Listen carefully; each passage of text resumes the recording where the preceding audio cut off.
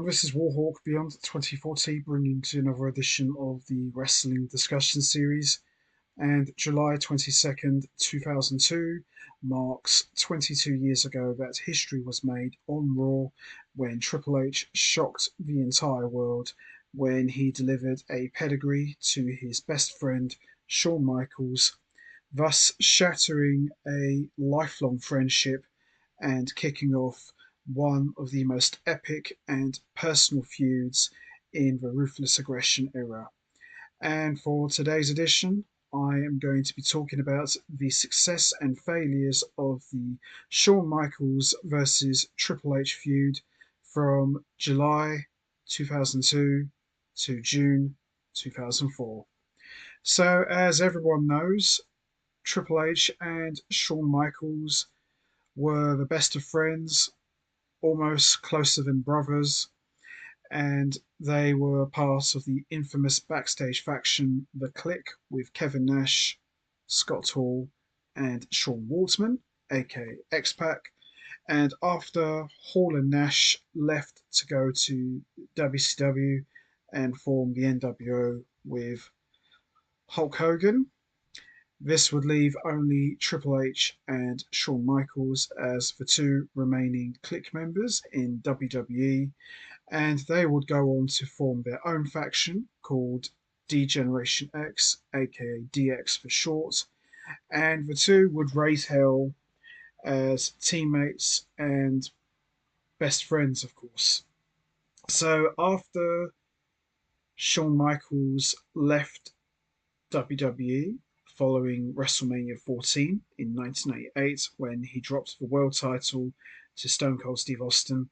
This would leave DX with only Triple H and China, and Triple H would pick up the ball and expand DX by adding X-Pac and the New Age Outlaws to the faction, and thus taking DX to new heights, which would see DX become incredibly popular with Triple H at the helm. So while Shawn Michaels was away from the company, Triple H would climb the ladder and cement himself as one of the biggest names in the company, and of course the biggest heel ever. And Triple H would go on to win multiple world titles during Shawn Michaels' absence. And you have to ask yourself, would Triple H have got to this position if Shawn Michaels hadn't left? It's very hard to say. It's a very interesting what if, but Triple H definitely took advantage of Shawn Michaels' absence and just climbed higher and higher until he eventually became the most influential figure in WWE. Now, anybody who knows the history of Shawn Michaels and Triple H, while they have been best friends, they haven't always seen eye to eye. A prime example of this was back in 1988. Shawn Michaels returned as the commissioner and betrayed DX and joined Vince McMahon's corporation. And this would lead to him and Triple H butting heads and exchanging words about who really made DX what it was and who carried DX. And afterwards, Shawn Michaels would turn on the corporation and rejoin DX. And it seemed like on the surface, DX was back on the same page with one of the founding members of the group back in the fold. And DX, more specifically Triple H, locked Shawn Michaels in the parking lot and had him set up to be brutally attacked by the corporation. So although it was never addressed afterwards, it's very interesting to point out that Triple H was the one that had Shawn Michaels set up, his best friend, the guy who helped put him on the map, the guy who gave him the little rub at his first taste at a big push. So they didn't really see eye to eye there. And then a couple months later, Triple H would also turn on DX, turning heel and joining Vince McMahon's corporation and beginning his climb and evolving into the game. And Shawn Michaels was once again as a face while still acting as the commissioner And him and Triple H would really butt heads a lot during the summer of '99. So, although we weren't really going to see a match between these two due to Shawn Michaels' back injury, it's interesting to know that these two were closer than brothers, were now, I wouldn't necessarily say enemies, but they definitely weren't seeing eye to eye. And then fast forward to 2000, they were kind of best friends again after Shawn Michaels acted as the special guest referee and helped Triple H defeat The Rock in a 60 minutes Iron Man match. The same man he helped cost the title back in the summer of '99 on the first episode of SmackDown. So while Triple H and Shawn Michaels haven't always seen eye to eye, they've always managed to get back on the same page in some shape or form. So fast forward to 2002, Triple H made his triumphant return from a quad injury and was now one of the biggest babyfaces ever. And he would go on to win the undisputed WWE title at WrestleMania 18 and pretty much cemented himself as one of the top guys in the company. Now, as I mentioned earlier, Triple H became one of the biggest names during Shawn Michaels' absence. And fast forward to June 2002, Shawn Michaels would make his return to TV as a member of the NWO. Shawn Michaels was on Raw and Triple H was on SmackDown. So it was inevitable that these two were going to cross paths at some point. It's just a matter of when. So at the King of the Ring pay per view, we see Triple H walk into the ring to face The Undertaker for the WWE Undisputed title, and he ran into Shawn Michaels and the NWO. And at first, it looked like Shawn Michaels and Triple H were going to fight, and then they hugged. Kevin Nash came in, big group hug. X-Pac gave him a big hug. Big Show gave him a little acknowledgement of respect. So while it was cool to see Shawn Michaels and Triple H meet each other again, I definitely felt there was a little bit of tension more on Triple H's side. Almost like, oh, it's you. And Shawn Michaels, of course, said, it's good to see you. So obviously Triple H was happy to see him, but you could definitely see there was a little bit of tension there. So after the NWO was disbanded, Kevin Nash got hurt, Big Show was back on his own, X-Pac was released, and Shawn Michaels was back on his own.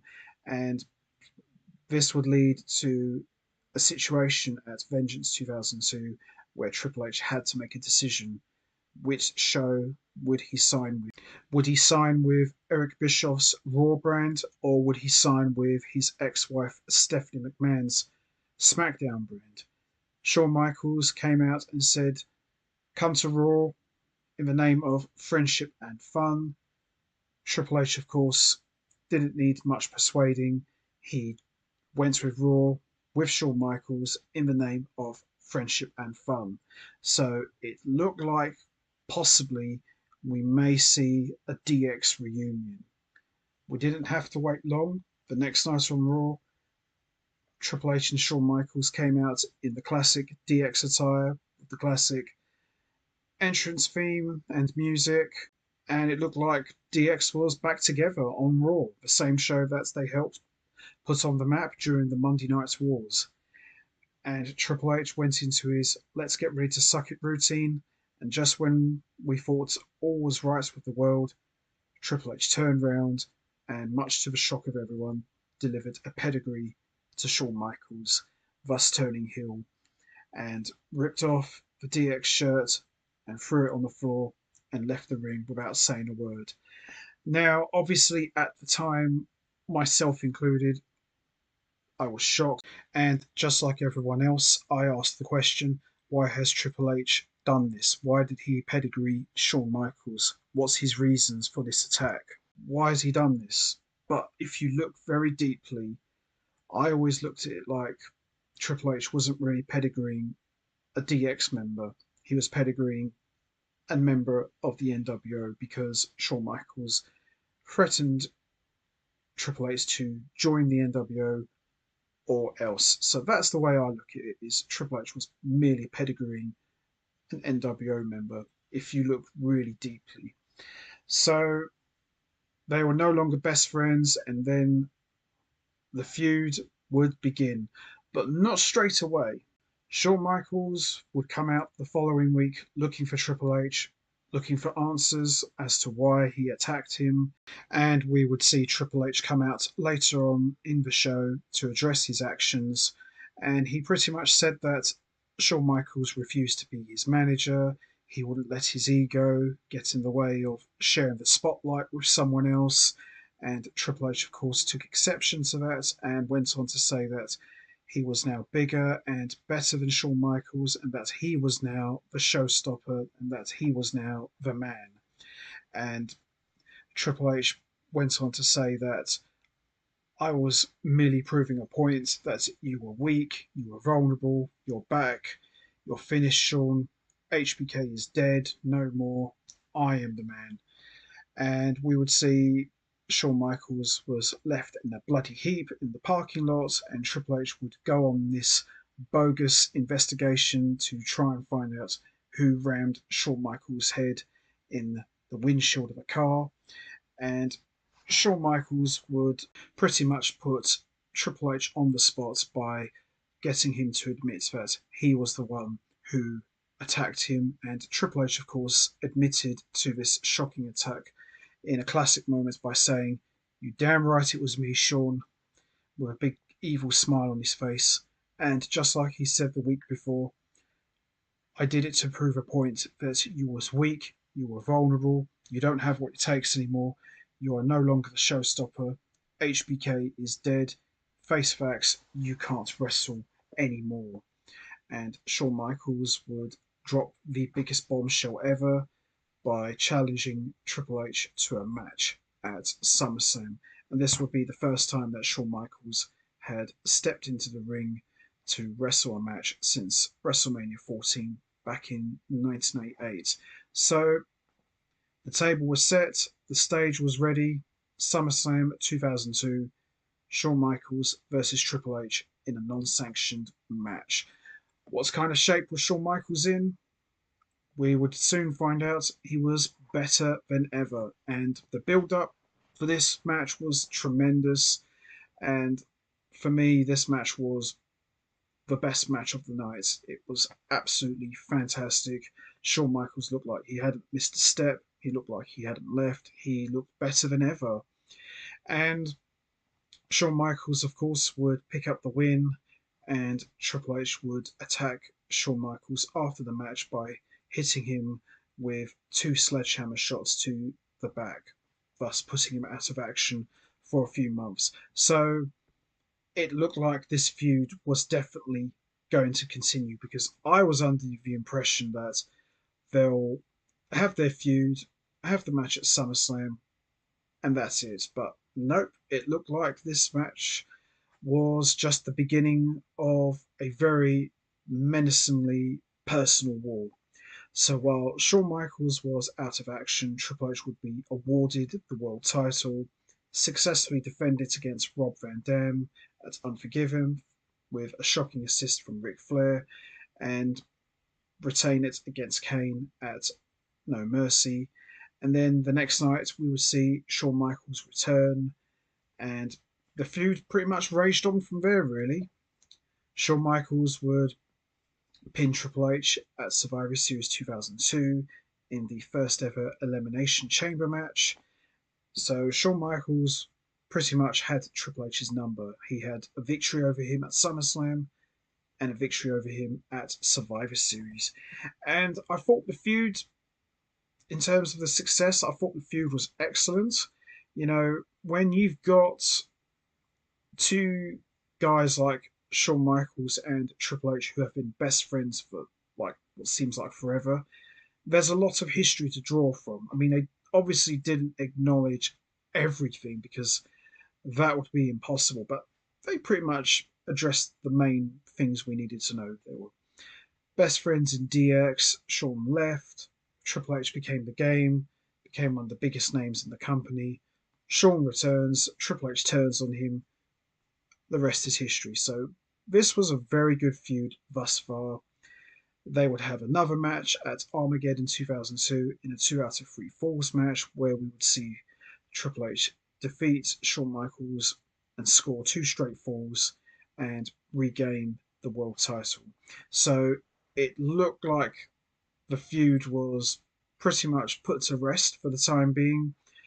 Triple H would go on to form Evolution with Ric Flair, Batista, and Randy Orton, and Shawn Michaels would go on to have an epic feud against Chris Jericho in one of the best matches of WrestleMania 19.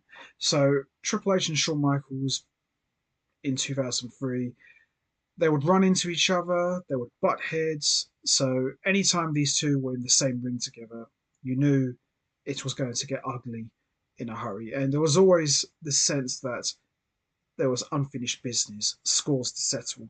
And that's what I liked. It wasn't just like the feud just went on and on and on.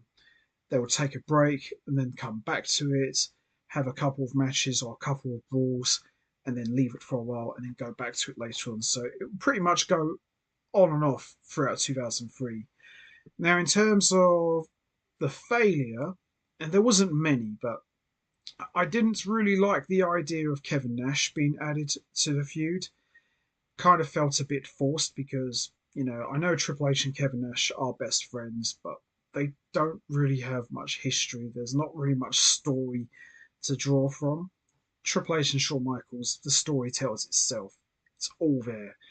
Kevin Nash being put into the mix, to try and be the peacekeeper and try and get these two back on the same page was fine, but I don't think his involvement in their feud really added much. I think what you could have had there is Nash comes out, tries to get these two back on the same page. Obviously, it doesn't work, and then could have just left it there. Maybe Hunter takes him out, puts him on the shelf for a few weeks, and that's it. Maybe Nash could have showed up on SmackDown or something. I don't know. They could have done something like that. I just don't think Nash's involvement added much to the story. But it was good to see him, but just don't think it added much to it. So I would say that was one of the failures of this feud, was having Kevin Nash involved. Just didn't really add much to it.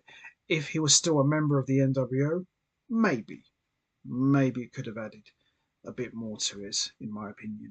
So throughout 2003, we would see Shawn Michaels and Triple H go at it with one another in various tag matches, Elimination Chamber, at SummerSlam 2003. Shawn Michaels would feud with Evolution members Ric Flair, Randy Orton, and later on Batista, while Triple H was waging war over the world title against Goldberg. But Shawn Michaels was always there in the background, ready to pounce on Hunter at the first opportunity.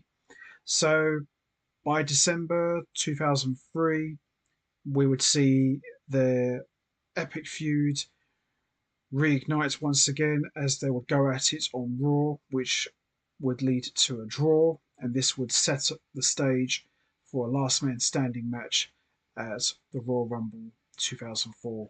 Now, as much as I loved their feud and I loved their matches, although I do think their first couple of matches were classics, I do think by 2004 I was starting to feel a little bit fatigued by this feud. Not saying that it was boring, but I just felt maybe it was going on a little bit too long, and I thought maybe it was time to think about bringing this feud to a close. So they would have the last man standing match at the Royal Rumble 2004, which was absolutely excellent. Triple H would retain the world title thanks to a draw after both men beat the hell out of each other and were unable to answer the count of 10. So we would see the next night on Raw, Shawn Michaels and Triple H would have a segment where they still had the score to settle. Chris Benoit would come out after winning the Royal Rumble the night before, thus jumping from SmackDown to Raw, and he was pretty much added as the third guy in this feud. Now, I can't help but feel that probably the reason why they added Benoit to the mix was probably to add a bit more interest to the feud, because maybe some people felt that the feud was starting to get a little bit stale. So adding Benoit to the mix probably added a bit more interest to it. And it certainly did make things a bit more interesting.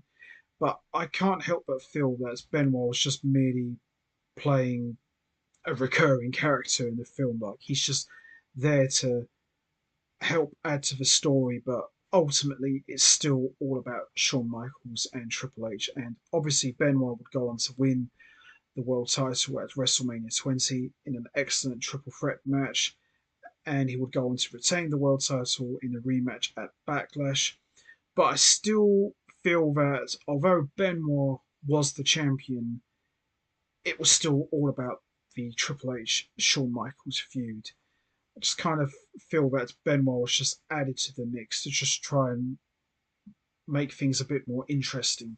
He did make things interesting, but ultimately, I don't think Benoit's presence in their feud was needed, really. I think what you could have had was Benoit defeats Triple H, he goes on to defend the title against someone else, and let these two continue waging war. But it is what it is. That's another one of the failures of this feud. I felt that there was just too many people involved in the feud when you don't really need it. You know, you've got two guys like Hunter and Shawn. You've got the history, you've got the story. That's all you need, really. The story, as I said earlier, tells itself. So after two excellent triple threat matches at WrestleMania 20 and Backlash 2004, Triple H and Shawn Michaels would continue to butt heads and feud with one another, costing each other the world title, brawling throughout the show, and there was only one match to settle this score once and for all: Hell in a Cell, and it would take place at Bad Blood. Kind of ironic that Shawn Michaels would face his former best friend in a Hell in a Cell match when Shawn Michaels was involved in the first ever Hell in a Cell match back in 1997 at In Your House Bad Blood, and Triple H was there as well.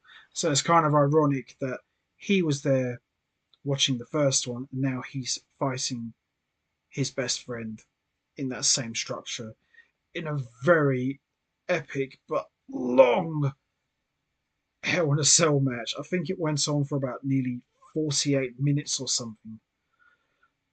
That's a long match, but the build up to it was tremendous. You really got the sense that these two just absolutely hated each other.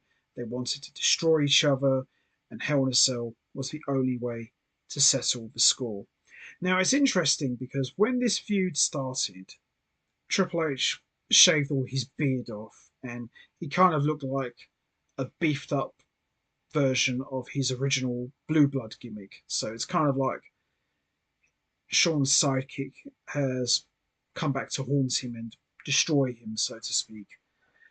Now, fast forward to 2004, Triple H has got the beard back, and he's pretty much the game, and it's his way of saying, I'm the game. Can you beat me? Who's the better man? Let's find out once and for all who is the best. Because originally, I felt when the feud started, this was more about Triple H stepping out of the shadow of Shawn Michaels and proving that he was no longer the DX sidekick. This stage of the feud, as I said, was more about who's the better man, who is the best, Shawn Michaels or Triple H.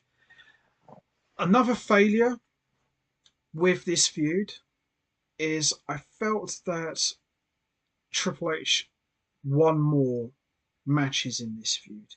Bear in mind, you did have the triple threat scenarios with Benoit in the mix, but I kind of feel that Triple H won too many matches in this feud. Shawn Michaels won the first two, and I felt that Triple H won much more.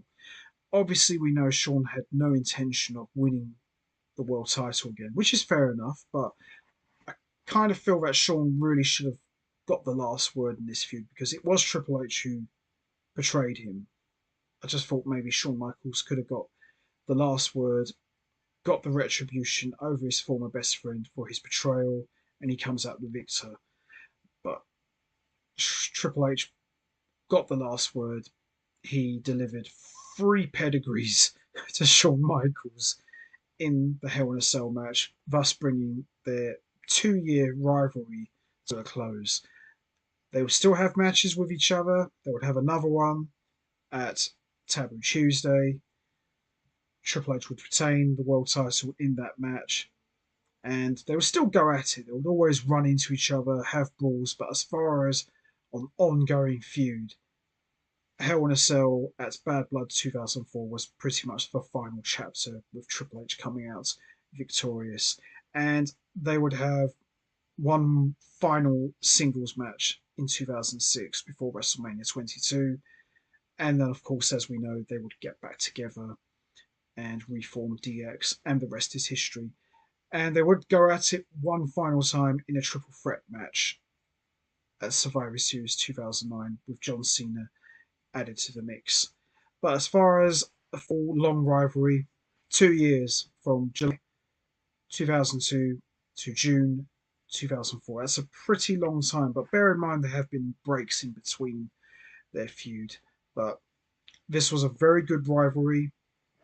Only downside is I kind of wish Shawn Michaels won a bit more and maybe come out on top, because I kind of feel, because this was the reign of terror going on, I kind of feel that Triple H won far too many than he should. Maybe they could have evened it out a little bit. Maybe Shawn won a couple and then Hunter wins a couple.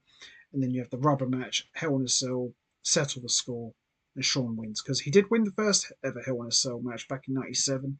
Just thought would have made a lot more sense if Shawn came back to the same structure he helped put on the map for the second time, and he beats his former best friend after all of the diabolical things he did to him.